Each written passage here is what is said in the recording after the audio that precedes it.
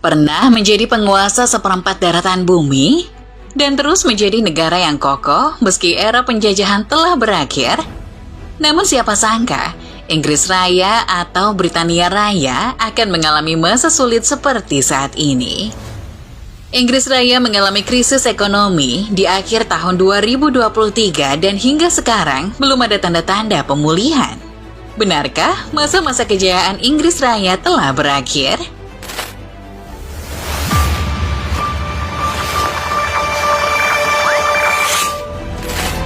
Perekonomian Inggris tumbuh sebesar 0,1% pada tahun 2023 setelah tingkat pertumbuhan sebesar 4,3% pada tahun 2022 dan 8,7% pada tahun 2021.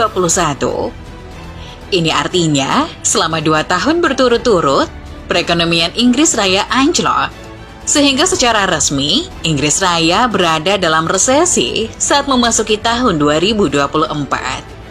Pertumbuhan ini adalah kinerja terburuk sejak tahun 2009, ketika perekonomian masih belum pulih dari krisis keuangan global. Jika tahun 2020 yang terkena dampak pandemi COVID-19 tidak dimasukkan. Saat pandemi, pertumbuhan ekonomi Inggris Raya sama halnya dengan negara-negara lain di dunia yang terjun bebas, hingga menyentuh minus 10,4%. Hanya beberapa menit setelah kantor statistik nasional mengumumkan Inggris Raya mengalami penyusutan ekonomi, nilai tukar pound turun 0,3% terhadap USD, 0,1% pada euro, dan 0,2% pada yen.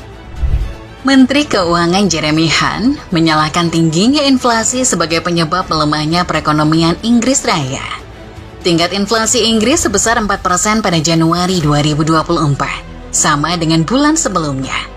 Antara September 2022 dan Maret 2023, Inggris mengalami inflasi tinggi selama 7 bulan yang mencapai puncaknya sebesar 11,1% pada Oktober 2022. Sebagai perbandingan, antara tahun 1993 dan 2021, tingkat inflasi Inggris tak pernah melebihi 5,4% dan biasanya berada pada tingkat yang jauh lebih rendah.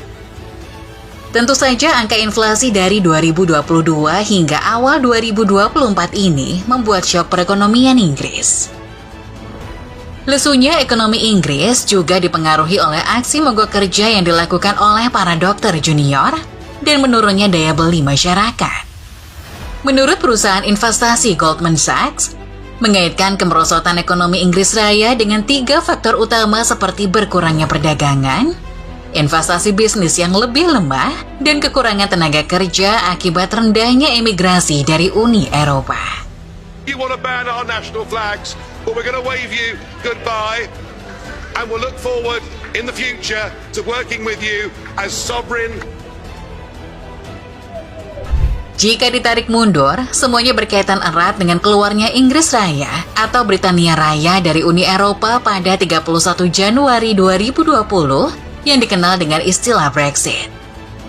Sebelumnya, Inggris Raya mendapatkan suara 52% berbanding 48% untuk meninggalkan Uni Eropa pada 23 Juni 2016.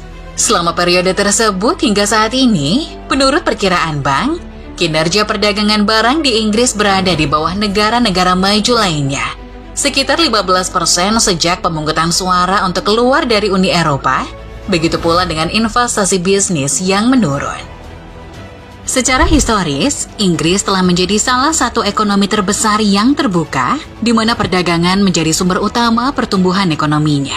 Namun, sejak Brexit, perusahaan di Inggris menghadapi kendala.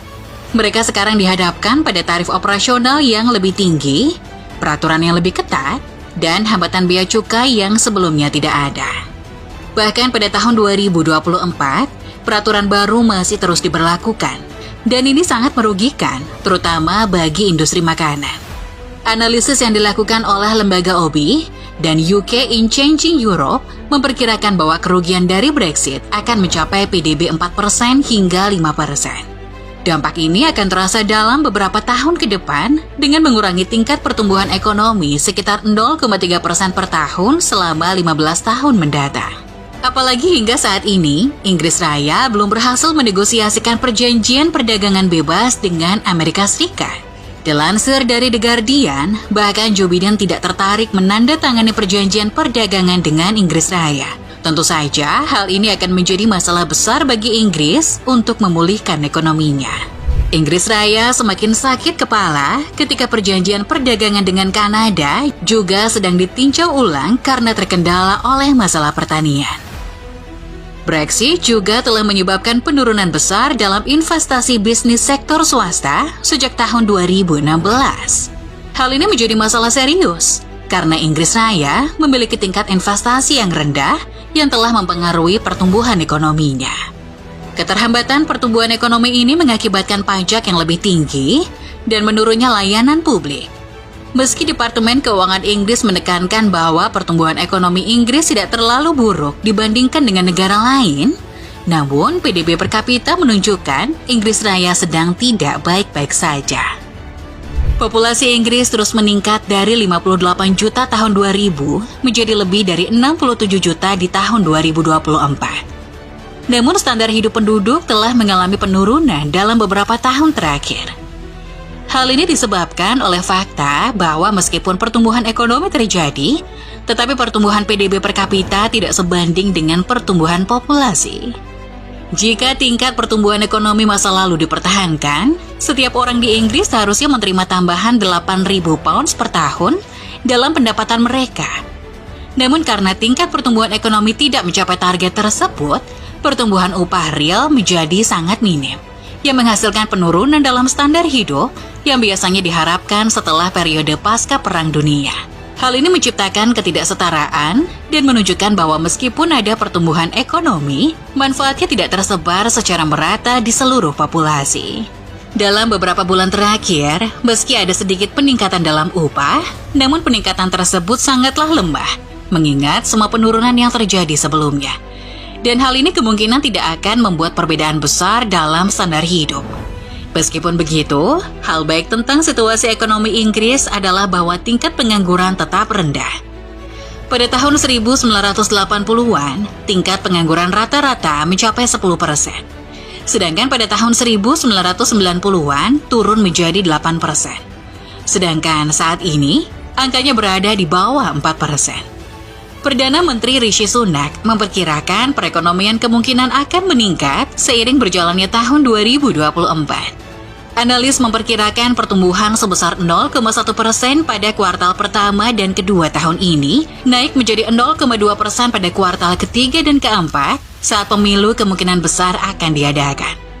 Meskipun angka tersebut masih jauh lebih lambat dibandingkan rata-rata pertumbuhan 3 bulanan, yaitu sekitar 0,5% dalam 5 tahun sebelum pandemi virus corona. Inggris Raya mungkin akan sedikit terseok-seok untuk menata kembali perekonomiannya. Perlu diingat, dari segi manapun, Inggris Raya saat ini bukanlah Inggris Raya era penjajahan yang sangat berkuasa. Seperti yang dilansir dari The Atlantic, bahwa Inggris Raya cukup miskin untuk ukuran negara kaya.